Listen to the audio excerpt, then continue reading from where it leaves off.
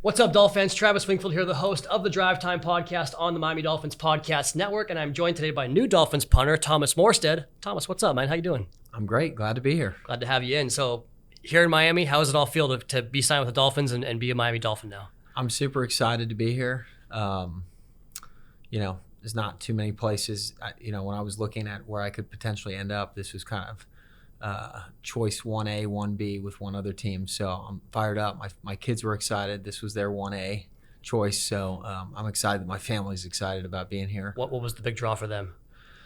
Well, my oldest son specifically, he loves fishing. And so that was exciting to get out here for that. And,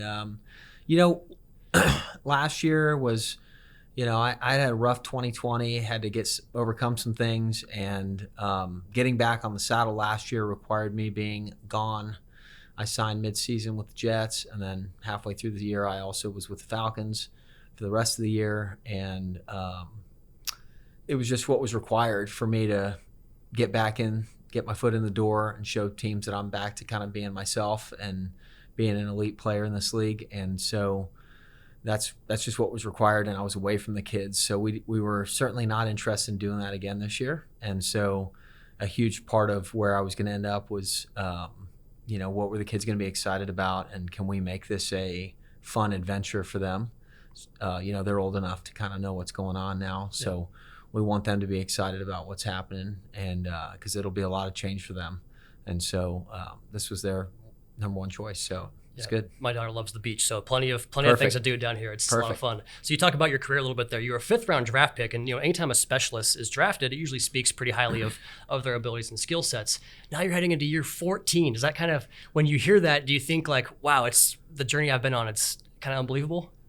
It is. It definitely is. I was a tryout player in college for a few years, and the dream was to play on a Saturday one day, and then I discovered the weight room, and I saw a significant change in my body and how far the ball was going, how high it was going. And all of a sudden, towards the back end of my college career, I was like, I think I could have a chance to play in the NFL. And was fortunate that the Saints took a chance on me. They traded up into the fifth round to come get me, and had an awesome career there. We still live there. It's home. And I'm grateful to everybody in that organization. They were very good to me. And so, I'm just excited to be here. And I never thought I'd go anywhere else, but, things happen, and you decide if you want to keep going or how important things are to you. And, I love playing the game. I love all the aspects that come with it, the training. I love the team camaraderie, and just being part of a team and being depended on in critical moments is something that not a lot of people get to experience in any type of job. And so, to be a part of that is exciting, and to feel how strongly this team wanted me to be here was also exciting. And so I'm looking forward to hopefully proving them right on taking a chance on me. Yeah, it's pretty tough to replicate the competitive juices you get from playing sports. You can't beat that anywhere else. Yeah. You talk about being with the Saints, joining a couple of former teammates here in Miami now with Terron Armstead and Teddy Bridgewater. What can you tell us about those guys? Well, Terron is, he's been the consummate professional. Every box you could look to check for as a team as far as what you're looking for in a person and a player, he checks the box. So, we have a little thing going. We always refer to each other as the real Stead because we once got confused in a medical thing. So anyways, I'll be excited to have a little bit of familiarity with a few guys. Only spent a little bit of time with Teddy, but he was he became beloved in New Orleans in his time there. And, he was a great teammate, and I know he's a new dad here recently, and I'm excited to be around both those guys. They're great human beings. Terron had the Stead chain when I did the podcast with him. I don't see, was that yours he was borrowing, or was that? No, I haven't had one of those made yet, so I may have to borrow that, see if I can get a I'd like to kind of do a, like a throwback picture of just his press conference, whatever it was a week ago, and maybe borrow the chain and get that same 13 jersey on and see if I can replicate it. That's incredible. I hope you can. That'd be fun to see. So you talk about, wanting to be here. The Dolphins want you here. You met Coach McDaniel already. What's your first impression of him? Yeah, he's obviously an incredibly intelligent guy. I did a little research on him before showing up to the meeting, just so I was a little bit prepared. And from the videos I'd seen of him before, you can tell he's a very, very smart guy. And, the thing that I like about any coach or player is if you're authentic and you're yourself, and you can help the team win, you'll be accepted. And so, he doesn't seem like he's putting on a show for anybody. He's just being himself. And I think as long as he does that, his ability as a coach and as somebody who's going to develop plays and do all the things that he has to do, I'm sure it'll shine through as he's here. I really enjoyed meeting with him. And then your position coach or specialist coach, Danny Crossman, what about him? Yeah, I would say that's the biggest reason for me being comfortable being here. We sat down for a number of hours the other day and got to know each other, got to know the language that we're going to use, how he coaches things and expectations, and we're on the same page. So that's all you can ask for. I've had some really outstanding special teams coach relationships, and I've had some not so outstanding ones, and the difference in performance can be significant, and it really matters who you're dealing with and who, how they operate, and are we working together, or are we equals? Are we on the same team here? Are we pointing our guns at the same direction? And so I would say he was the biggest reason for me being here, was just that comfort level with him, getting to know him, and I'm excited to get to work with him. Yeah, he's the best. Danny's the very best. So one part of the game that I think is the least studied, and this is just my opinion, but is holding on field goals and PATs. Yep. And one thing we do on the podcast here is like to educate, and I think who better to get to educate us on holding than Thomas Morstead. So just kind of take us through the finer points of holding in the kicking game. Yeah, so the snapper, Blake, will throw a ball to me, and I'm going to catch it. I'm going to put it on the ground. And then our kicker, Jason's going to make it, right? So, yeah, there's a lot of detail to it. I would say a big thing, it's a very process-oriented thing for me as a holder, because I'm kind of the quarterback of the play. I'm kind of, typically anyways, you're the quarterback of the play, running everything. And it's so much of it I've found is about rhythm and timing and making everything feel exactly the same to your snapper and to your kicker on every single rep. And, it's really kind of a thankless job, which is fine. But, it's you're only ever highlighted if you either run a fake or you botch something. And so try not to do that. But I think it's like anything. You just stay in your process. You really have to figure out what your kicker wants and what's important to them, right? Some guys are more particular about certain things than others. And so it's just about getting to know your guy. And my job is to create an environment for both of those guys that they feel confident and comfortable at all times. And if I can do that, then I'm doing my job, and I'm going to get out of the way. And hopefully if Blake's doing his thing and Jason's doing his thing well, I'm kind of an intermediary. I'm moderating, if you will. And so it's just to kind of, I guess, not be seen, if that makes sense. Makes perfect sense. I think we had Keon Crossman here. He's a special teams ace here with us. And I talked to him about Dion Sanders. Used to always say on the NFL Network highlight show, like, we're only showing the punt highlights if there's a big play or a mistake. So it's kind of how it goes that way. So 12 years with the Saints. Last year you end with the Jets after a stint with the Falcons as well. Jets first, then Jets Falcons first, second. Then Falcons. My apologies. Yep. So I was curious because, you'll possibly have some games here with the Dolphins up in the Northeast in December, Thanksgiving holiday, like around when the weather gets kind of crummy. Was it a good chance last year for you to get an experience kicking in some bad weather? Yeah, I played up in Buffalo right towards the end of the season, and that was kind of an extraordinary game. It was snowing and windy and cold, and I had never played in a game quite like that. But it's more than anything, it's about I've played in every kind of scenario other than snow up until that point. And so, when I was a young player, I used to check the weather every day and kind of was anxious about it. And I've seen and done it all. And, their guy has to play in it too. Right. So you can't get caught up in keeping a certain stat line up throughout the year. You just need to provide value and take what's there and make the plays that are there to be made when you have the chance to make them. And you can't do anything more than that. And I think it's all about providing value to your team on game day. And sometimes a 40-yard average is a great game. Sometimes it's you're playing a great returner and the coach is asking, hey, we need this ball out of bounds every time, and that's the standard. Sometimes a 50-yard average wasn't a good game. It just depends on what the coaches are asking you to do, and not having an ego. I think if you can, I had kids years ago now, so I've lost my ego a long time ago. So I think once you lose your ego, it's just about doing what's best for the team, and that's all it is. Yes, context is always very, very key. And yeah. You talk about that, and I get the veteran kind of experience from you there in that standpoint. This is a pretty young team that you're coming here with the Miami Dolphins, but you have the elite distinction of being, now, I hope not step on your toes here, but the most veteran player on the roster, the oldest guy. Yeah. You're the old guy now. So how will you approach that leadership role you have here, not just with the specialists, but across the roster as someone that has so much experience and wisdom in this league? Yeah, look, I think the best way to talk about that is to say, hey, I don't go, at least this very infrequent, am I going down and hitting people, right? So I'm not sacrificing my body in a similar way that a lot of other guys are expected and do. I think the world of anybody that plays in this league. It's a demanding league. And so I've never been a rah-rah guy. I work my ass off when I train with the team. I think guys will see that. They're going to see a strong older guy. They're going to see a strong older guy and a guy that runs well and a guy that's going to train hard.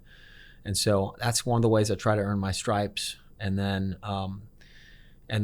obviously performing well on game day is a huge thing. You've got to get it done, and guys need to know they can depend on you.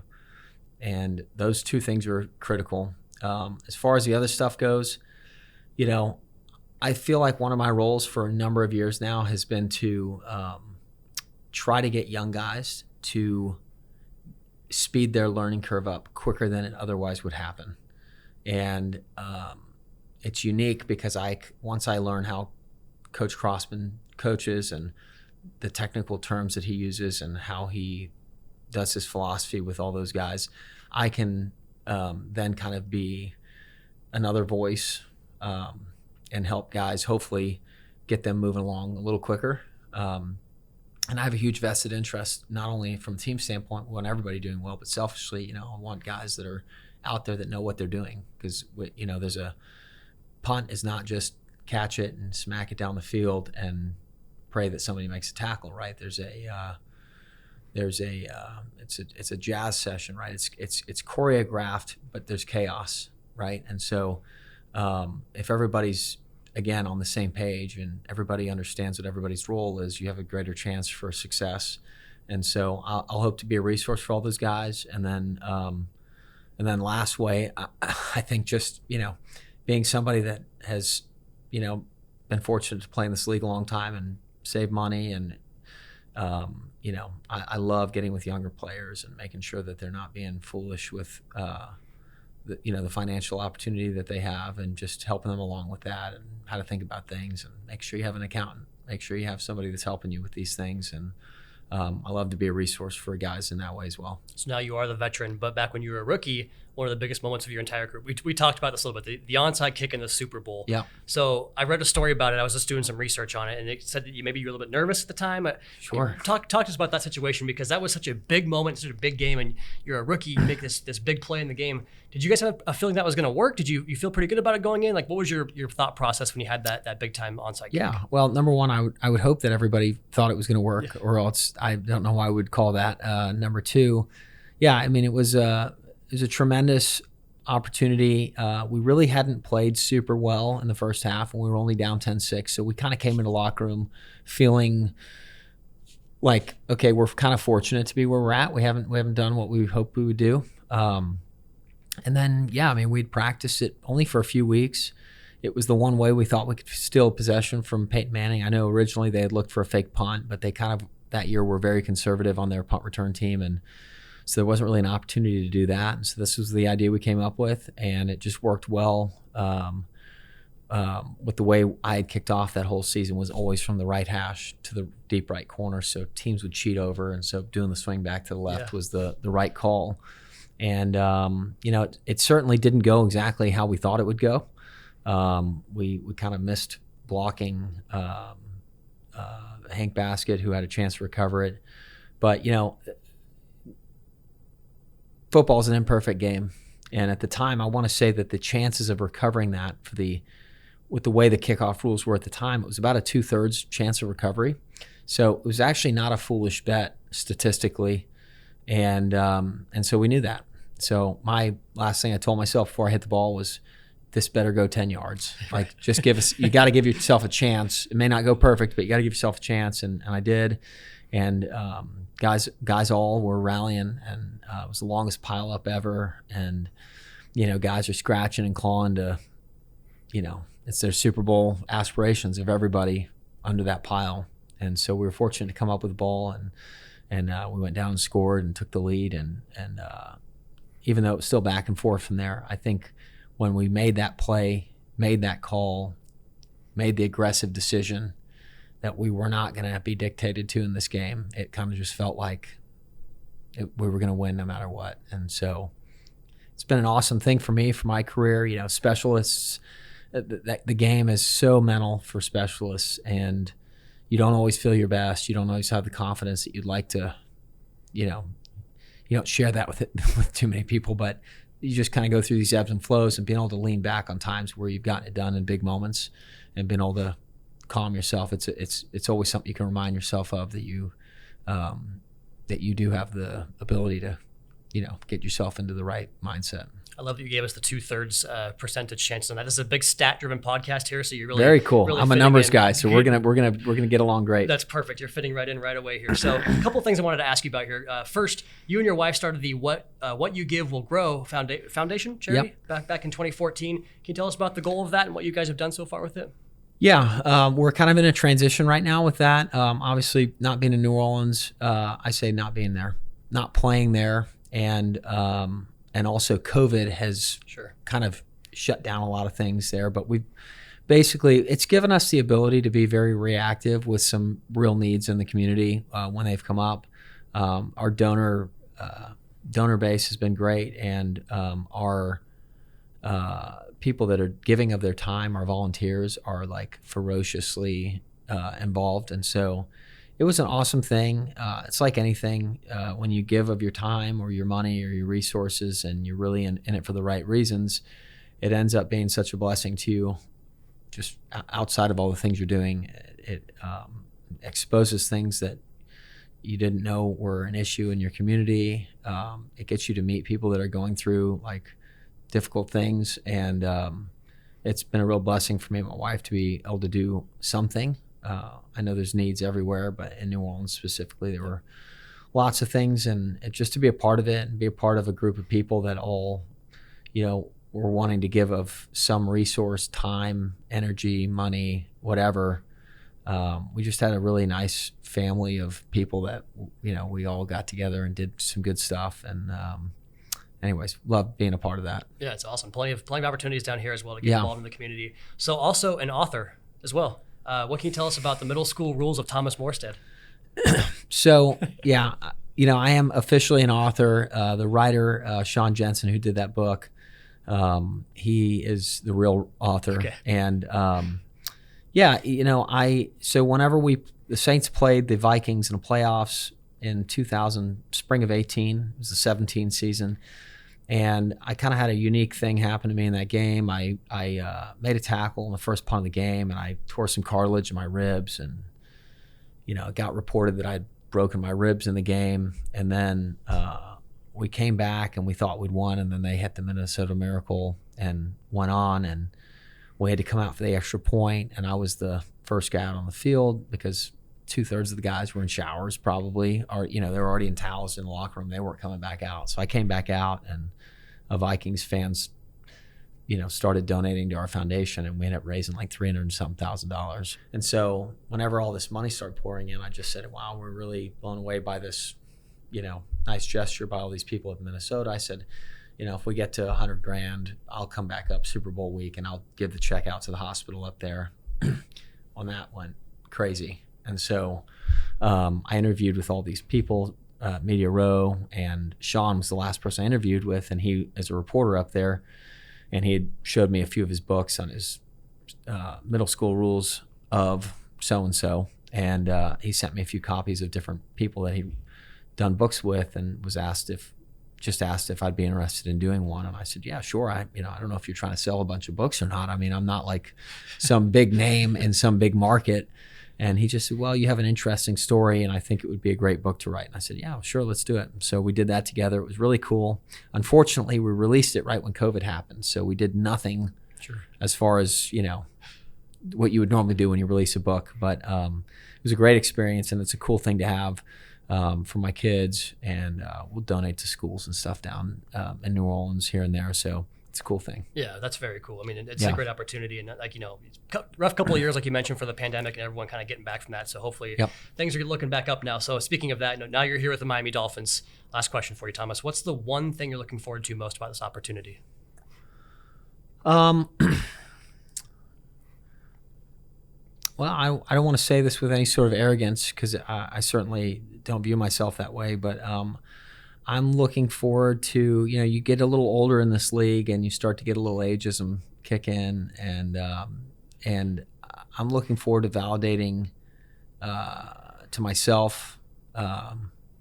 This will be hopefully my first full season with a team now in a few years because of what happened last year. So I'm just excited to provide value. I'm excited to, you may have, a lot of times fans don't understand the value of punting or certain plays in the game where hidden yardage really matters. And when I met with Coach, the head coach here, Coach Michael, he just said that this was going to be a huge part of our plan, was field position, and we have had a good defense and hoping to continue that. And that's very exciting to be a part of that. And I'm excited to kind of prove I'm excited to prove this team right for give me a shot. Great stuff. Thomas Morstead, new Dolphins punter. Appreciate it, man. Thank you. Thank you so much. Appreciate it.